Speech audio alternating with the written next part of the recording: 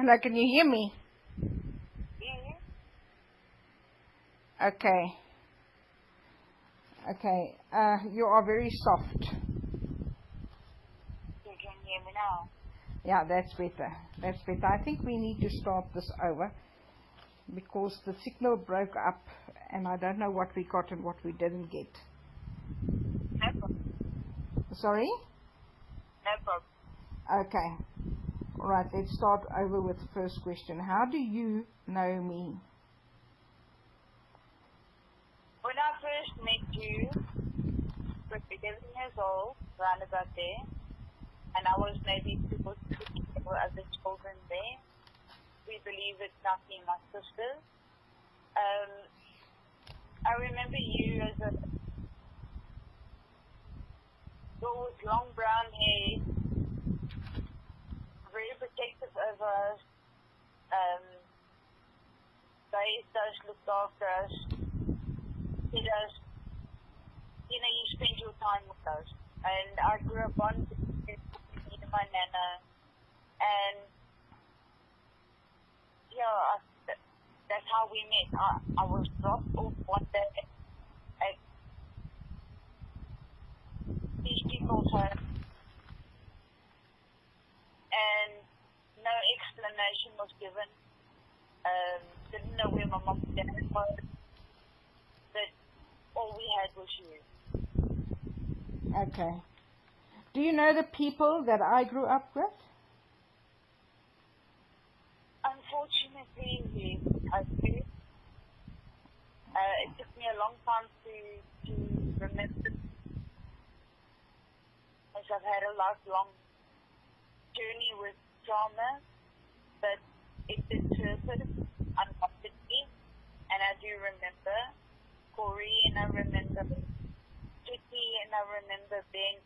I remember many people that were there, and what they did, not just to me, but to you, and how we were given to a friend of Corey. His name was Solly. So yes, I do live with. Okay. Do you know the house that we used to stay in? If I ever had to, on my own, pinpoint it out, I don't think I would. You and I met. You showed me a picture without saying anything to me, without telling me anything about the house, and I said to you, there's an attic on top, and that was my punishment. I also told you about the tunnel, the layout of the staircase, the yard, the cars and the caravan. I pretty much went into detail about everything about the house that you wanted to see. Okay.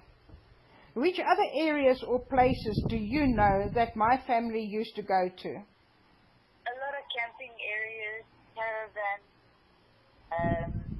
fishing resorts. I know that they would come together often to play fun.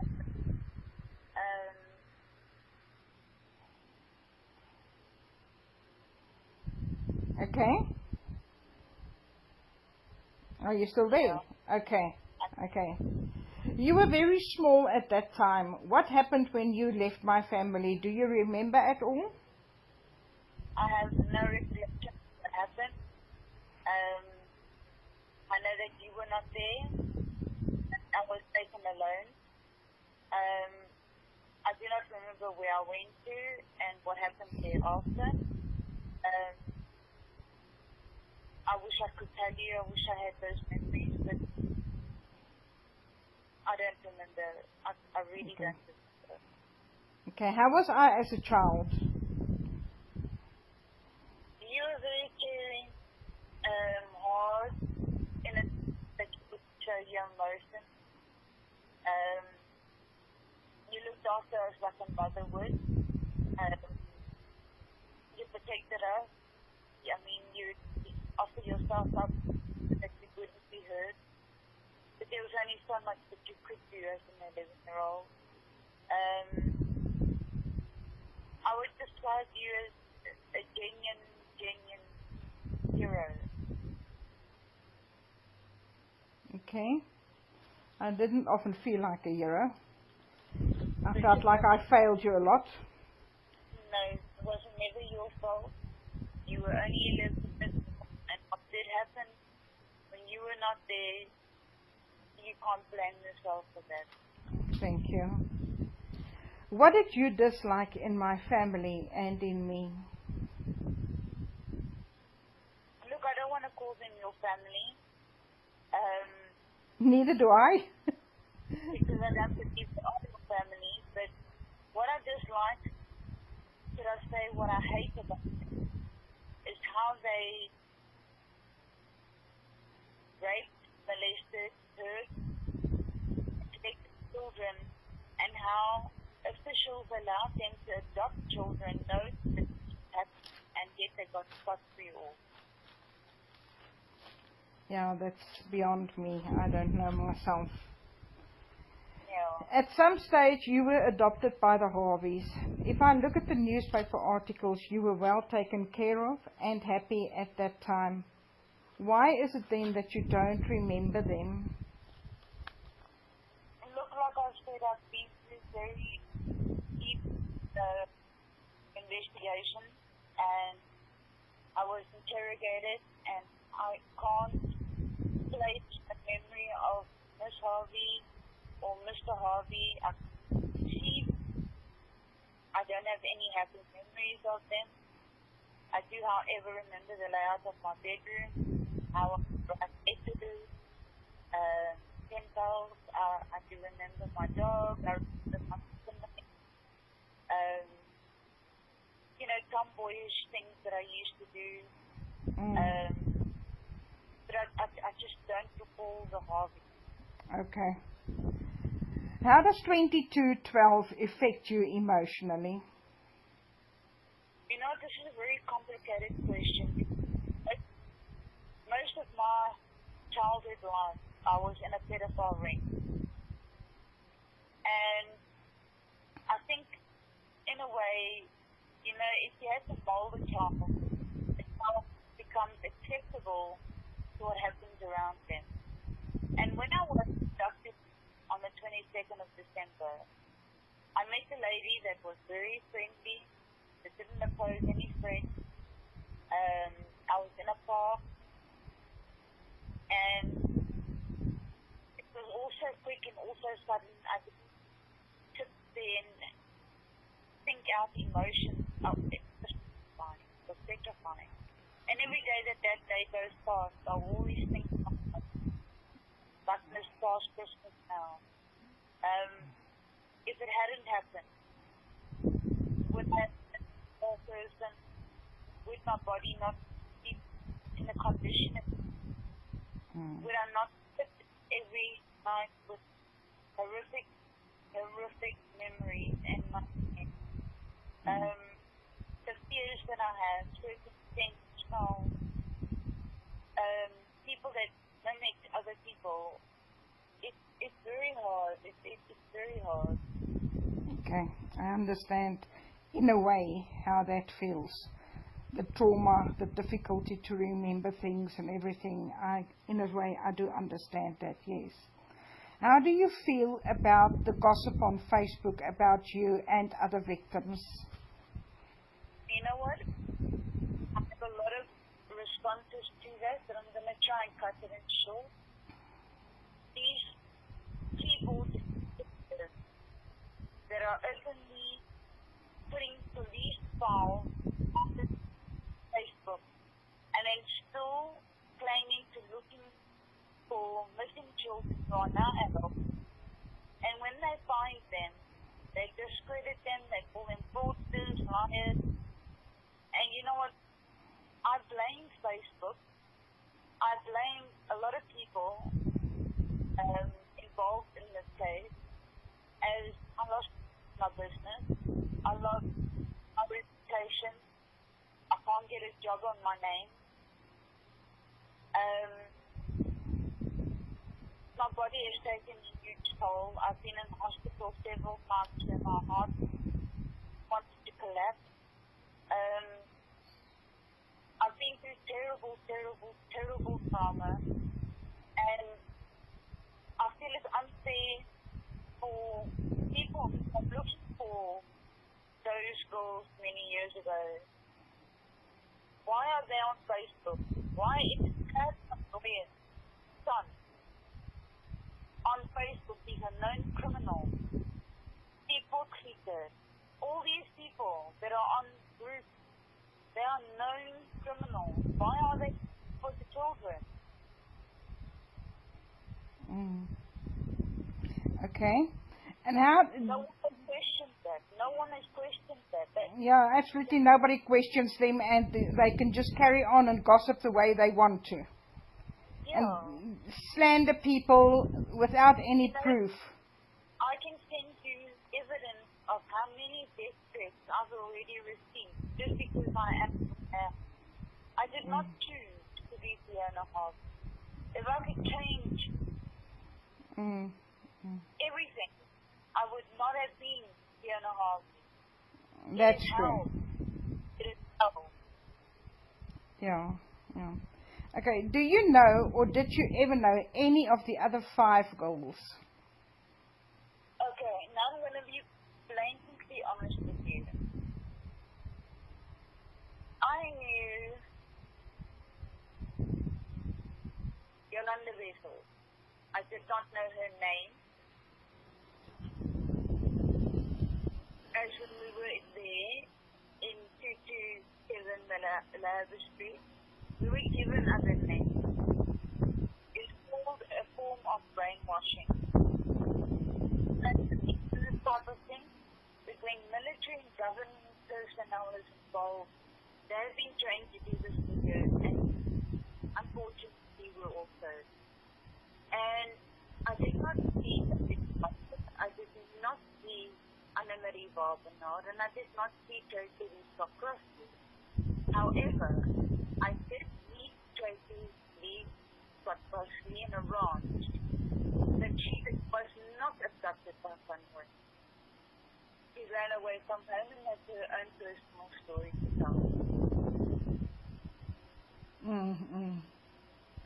Okay. Was any children killed in your time in human trafficking? Many.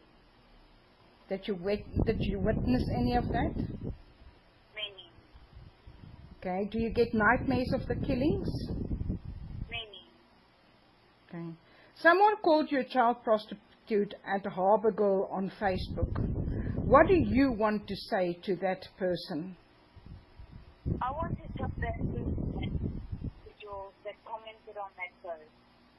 There are 2 types of prostitution. One is human trafficking. One, you have less than 1 minute. That and has no force. Is forced to be in that. Then there are others that choose. They can freely come and go as they please. Okay, sorry. We have to come back to this question now. I just need to load airtime quickly, okay? Alright. Okay, I'll phone you back just now. No problem.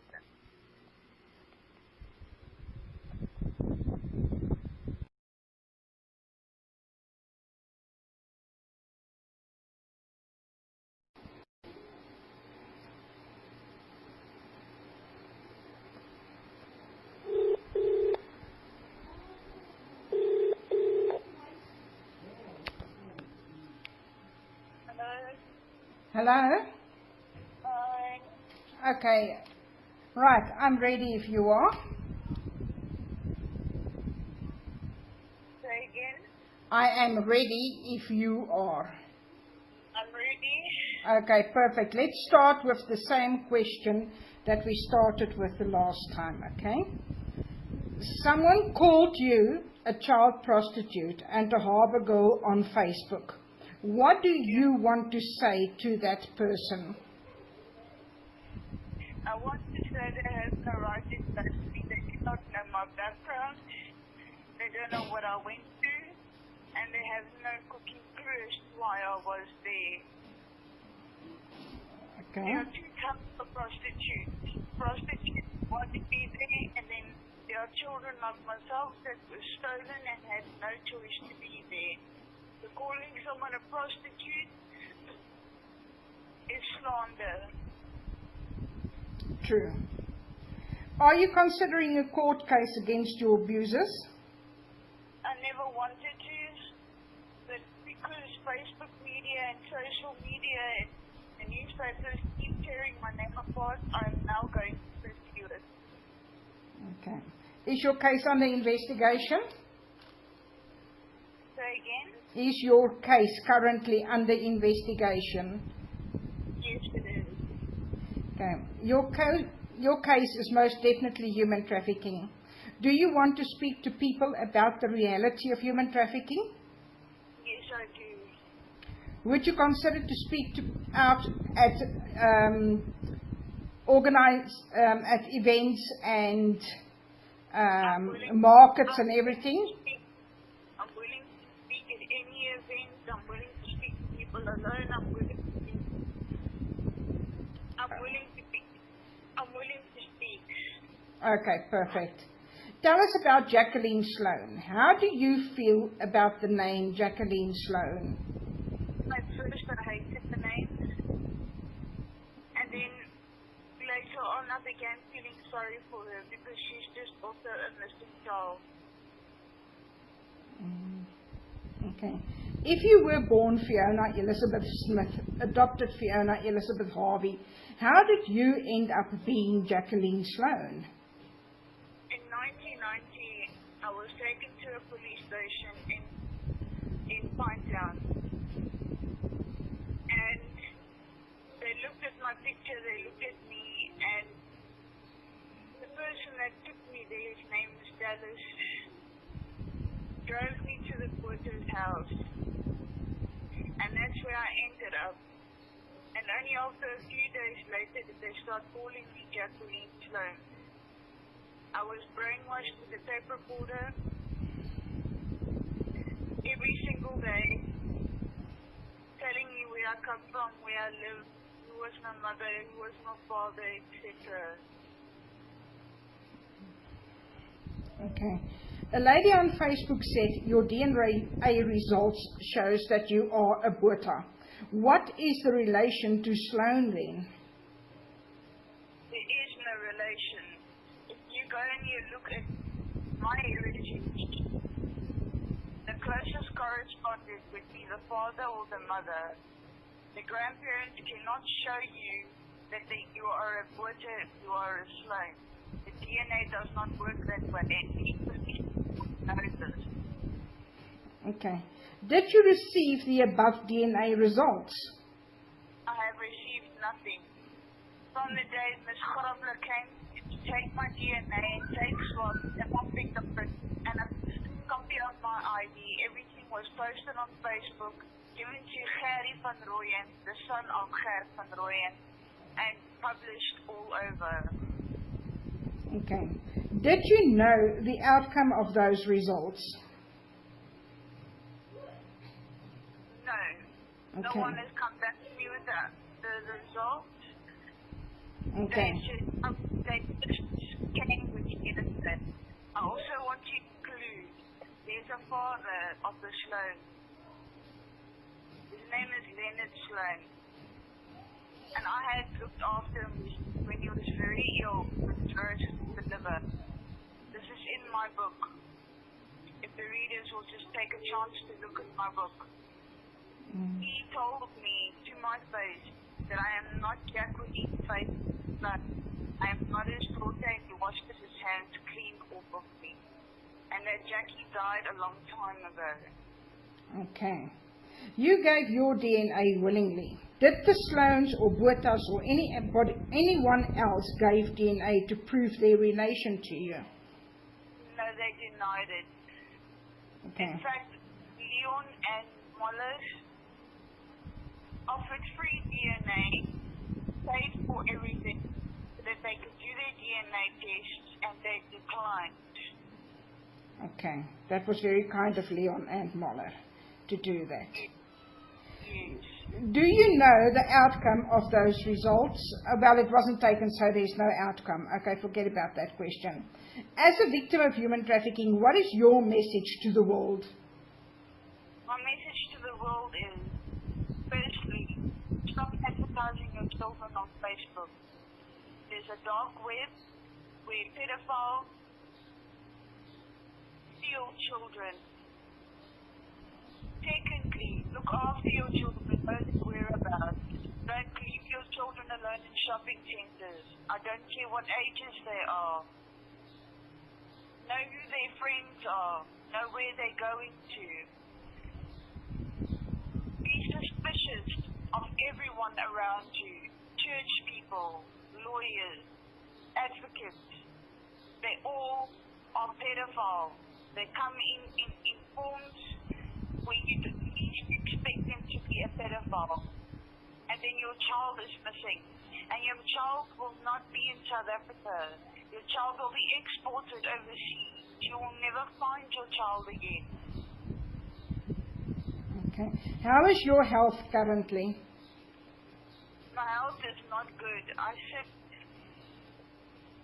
with a nose that has been broken several times. I have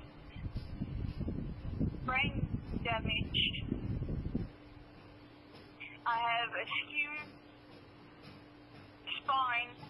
I have a rib cage that doesn't sit in place with the other. I have plates in my toes and in my fingers. I have fibromyalgia. I suffer with migraines. I suffer with nightmares. I have so much more which doctors can confirm.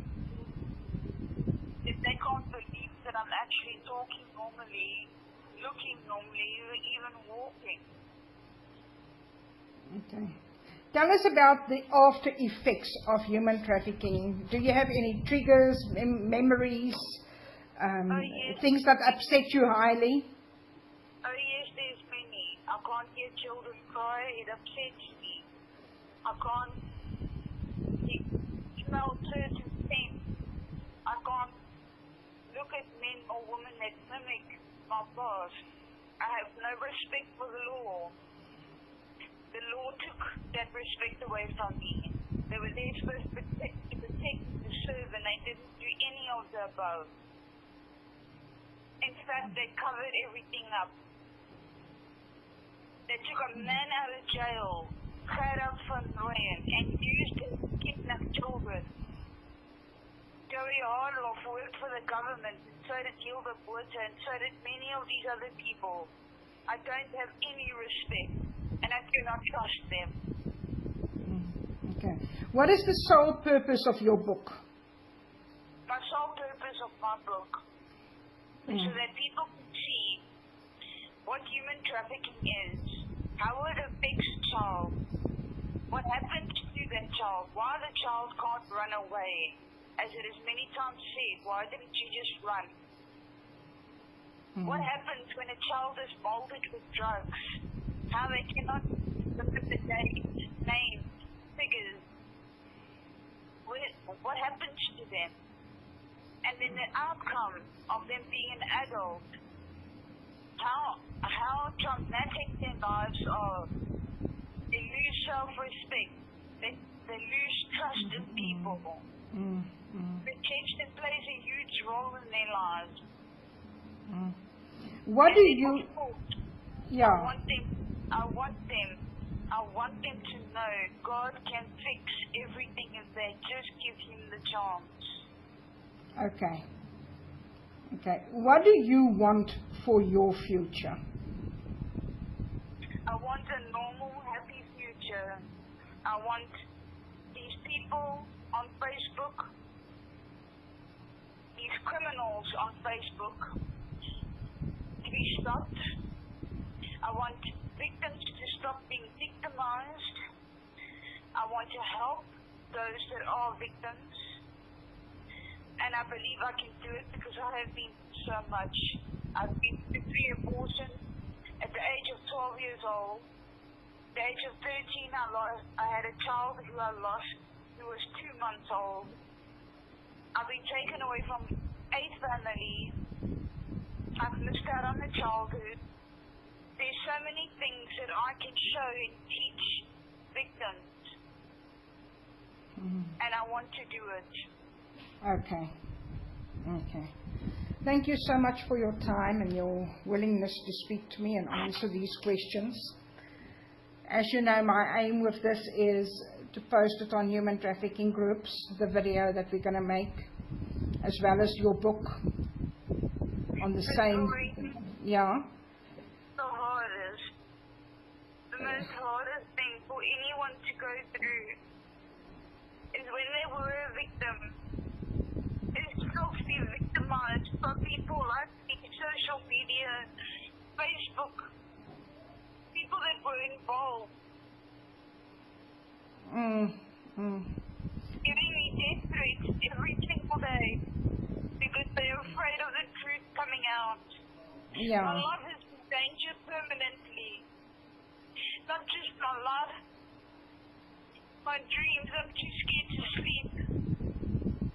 And this the world needs to know.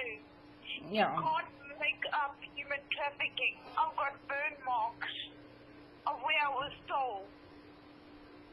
This is not a rape. This is not a molestation.